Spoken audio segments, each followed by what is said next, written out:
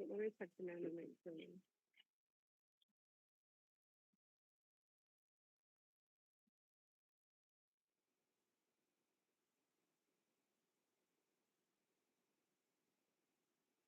That's okay. I know. There's one a lot.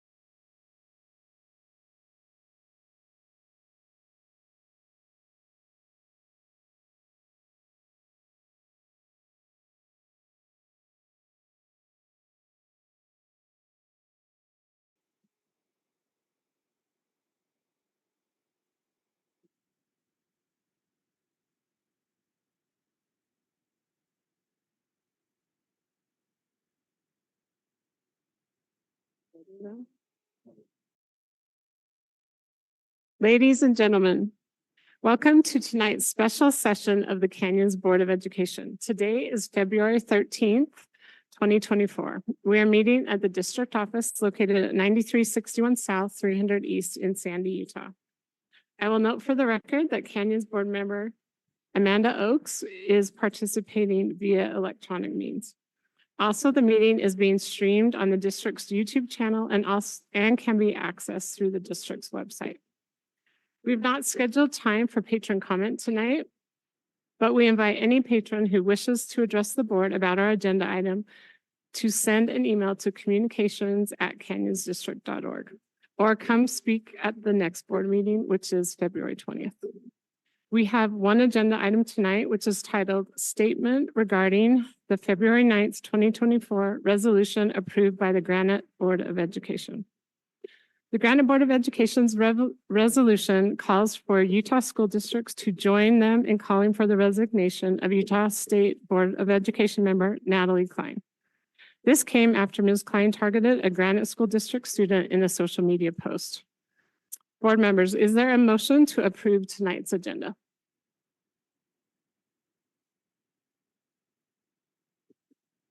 I move that we approve the agenda for tonight's meeting. Thank you. Is there a second to that motion? I'll second that. Okay, we have a motion and a second. Is there any discussion to that motion? Okay, seeing none, I will call for a vote. All in favor, say aye. Aye. Any opposed? Okay, that motion passes unanimously.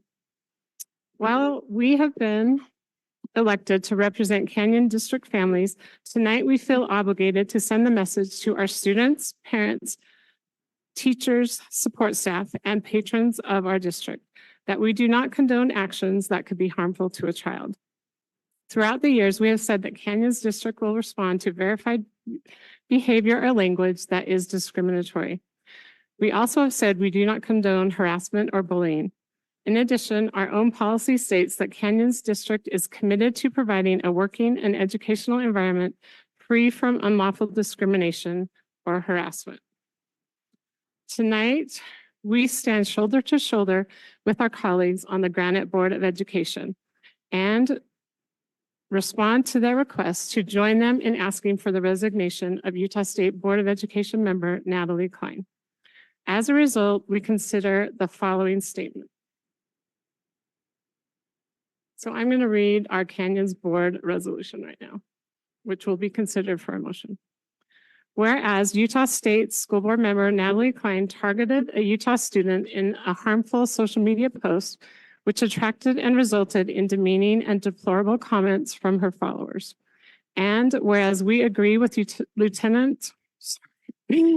Governor Spencer Cox and Lieutenant Governor Deidre Henderson's descriptions of her actions as unconscionable, and join with them in firmly urging the Utah State Board of Education to hold her accountable for this behavior.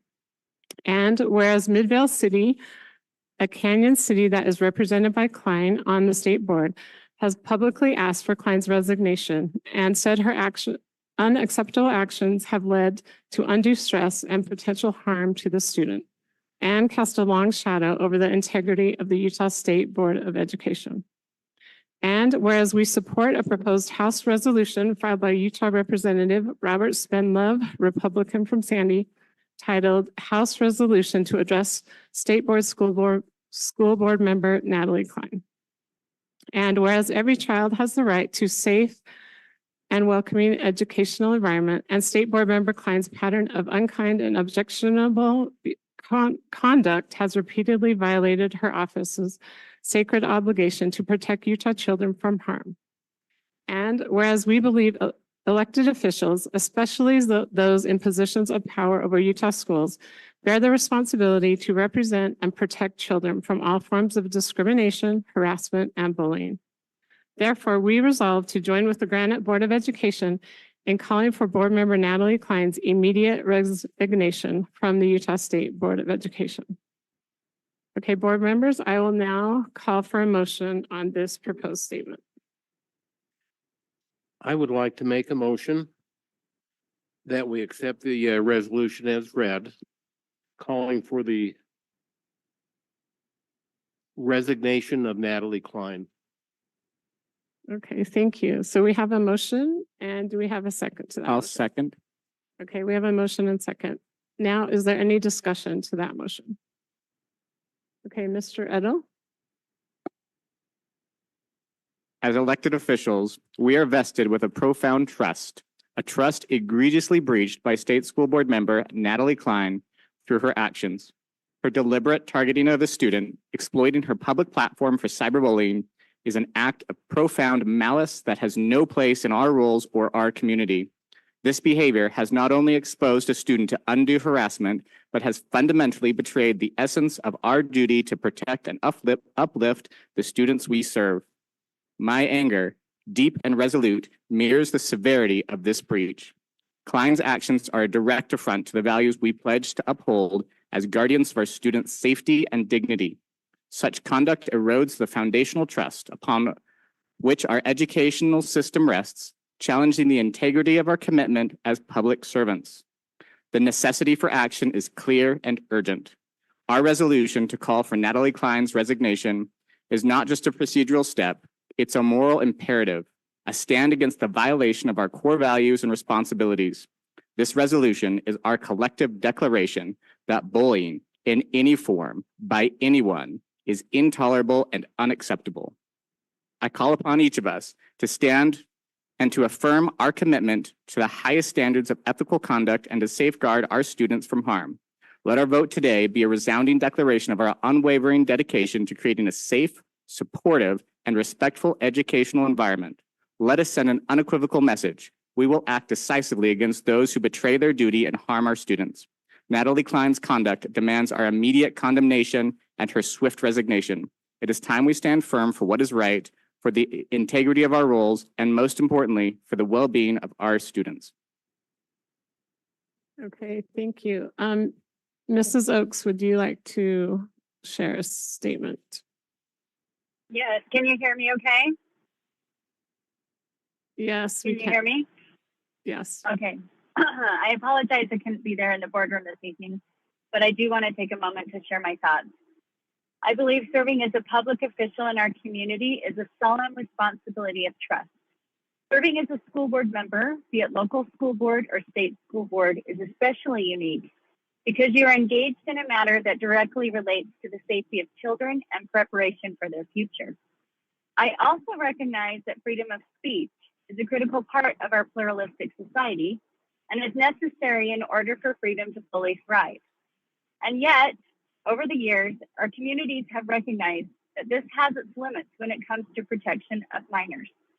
We reject pornography and advertising of harmful substances to children under the age of 18. We also do not allow verbal bullying and abuse either in our schools or on social media platforms. Facebook, the platform which Ms. Klein used in the aforementioned incident, has recently been taken to task by our nation's Senate Judiciary Committee, in part for the presence of cyberbullying on its platform and its destructive influence on our youth. Rather than sharing her own thoughts or concerns about an issue in a way that was appropriate or respectful, Ms. Klein modeled the very behavior our nation's bipartisan committee just decried. She used the images of a minor student and disparaged her publicly. When asked to remove her post, She nevertheless left it up for several more hours, allowing further belittling from other adults. While the post has been removed from public view and some of the comments deleted, I have seen the screenshots of them before that happened, and it is horrible. I don't know if Ms. Klein has teenagers, but I have 4. And I am here to tell you that the things that were shared by adults on that page were enough to hurt anyone, but would surely emotionally devastate a child. As public officials, we live in a time when the subject of teen suicide and mental health data riddles our email inboxes. We attend trainings and approve budgets to assist with providing mental health support to our students who struggle, in part because of the impact of social media and associated bullying that happens there. When we get wind of cyberbullying in our schools, we take it extremely seriously and address it immediately, often subjecting offending students to discipline. How is it then that our own state school board member chooses to ignore this and instead participates in similar behavior in order to promote her opinion on an issue? It is unscrupulous and vulgar. Unlike other scandals that have undermined certain public offices in our nation, it behooves this body to take a stand and demand that other public institutions who are in a position of authority to remove Ms. Klein from office do so immediately. Thank you. Okay, thank you. Mr. Milliberg.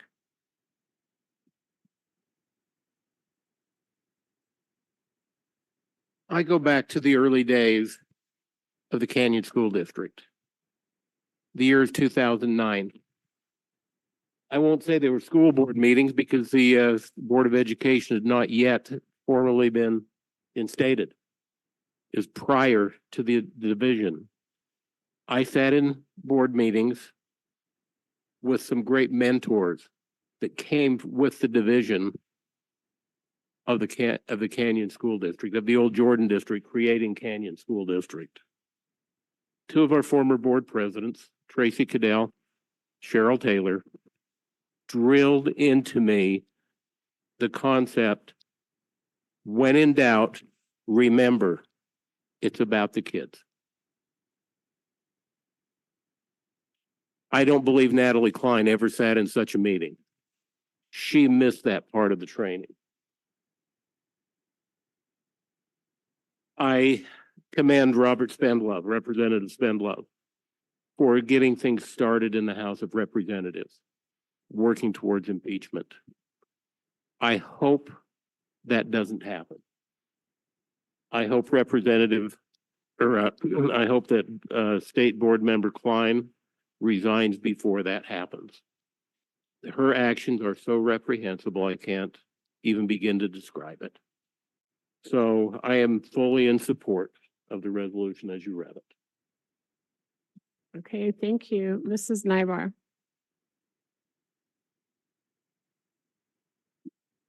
I don't have a prepared written statement, but I did want to share my thoughts on this serious issue. Her actions were absolutely inappropriate and unacceptable.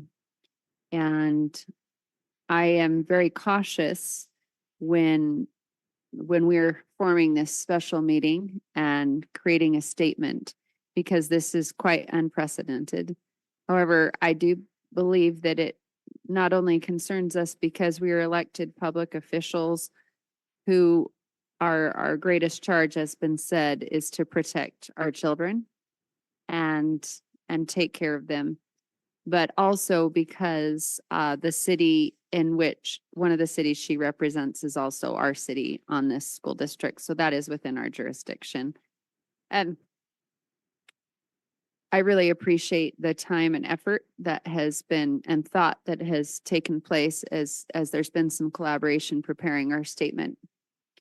I feel strongly that we condemn the action, and I'm grateful that we have our own statement, because I would not like to condemn the person and the character and have that canonized. And I believe that our statement is strong and accurate and everything that we have described that has happened, and why we are asking for that resignation. And as an accountable representative of her communities, it should behoove her to resign before the impeachment process, because she has violated those who she was sworn to protect. I do believe in due process, but I agree with my fellow board member. I do hope that she chooses to resign before that process of impeachment takes place. And I just wanted to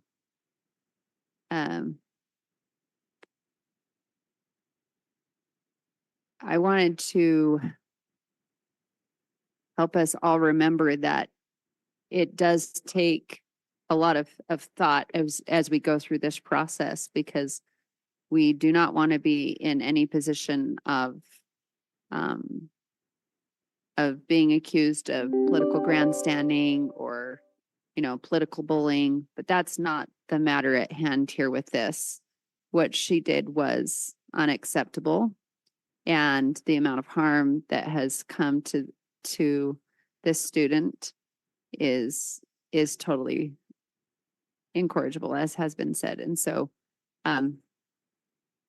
resolutely, I stand with my board in asking that she does resign, and in just stating that that was absolutely inappropriate and unacceptable, and we can't stand for that.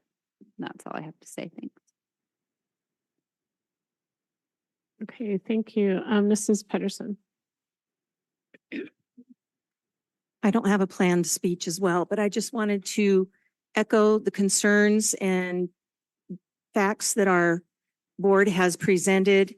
And I appreciate the fact that we have not been reactionary. This happened last week, and it's taken time to purposely choose our words, choose our reaction, and look at how we can best be an example to our students, to our parents, our community, and to our city mayors. They too are concerned, and we want them to know that we cannot abide this kind of behavior. We wouldn't put up with it from any one of them as well.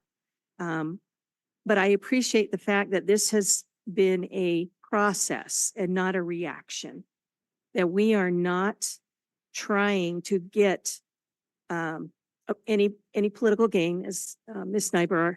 Nybar said. We just simply want to put the message out is that we are here for the kids. They're our future, and they are watching. If something can happen to one of them, they all assume it will happen to all of them, and it could. So this is an important message that we are in favor of sending to our communities and to our students and to our schools, that we protect our children. They are number one, and they matter the most. So I am in support of this resolution that we are going to be voting on, and I hope that we can send a strong message, just like the governor has on bullying on the internet by the internet providers. We're sending a message that bullying on the internet by adults is not acceptable too. And that includes the people who commented on her original comment. She's not the only guilty one. All of those who jumped on and were cheering that on or being just as negative and hurtful are doing the same thing.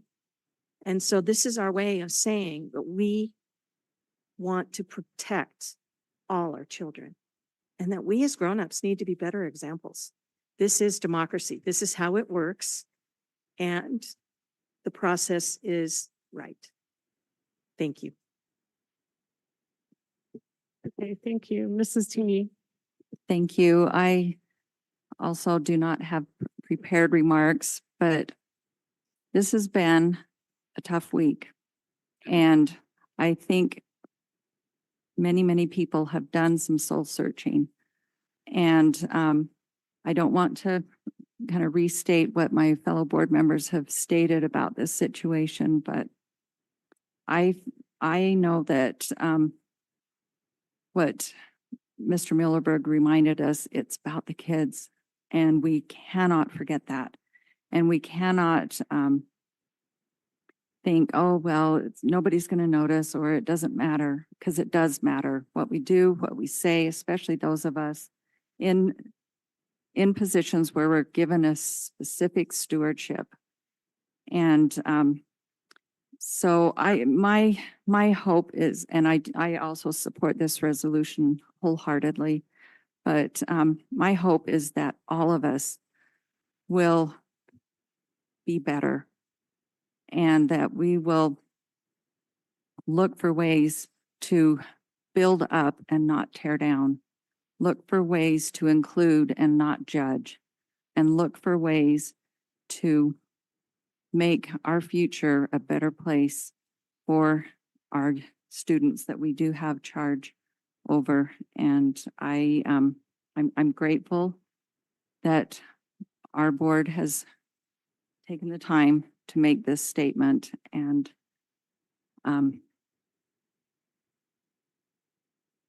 I just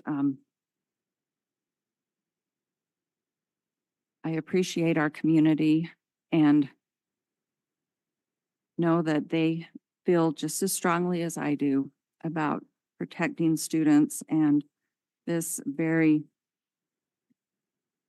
dark example hopefully will bring light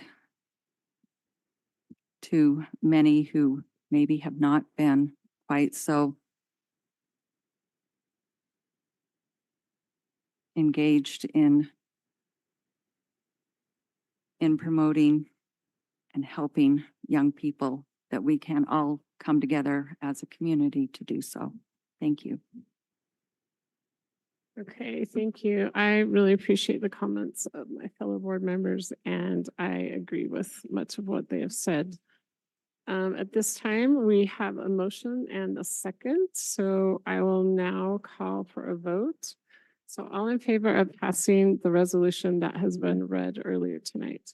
All in favor, say aye. Aye. Aye. Any opposed? Okay, thank you. That motion passes unanimously. And I will now call this meeting to a close. And thank you for those who are here in person. We appreciate you.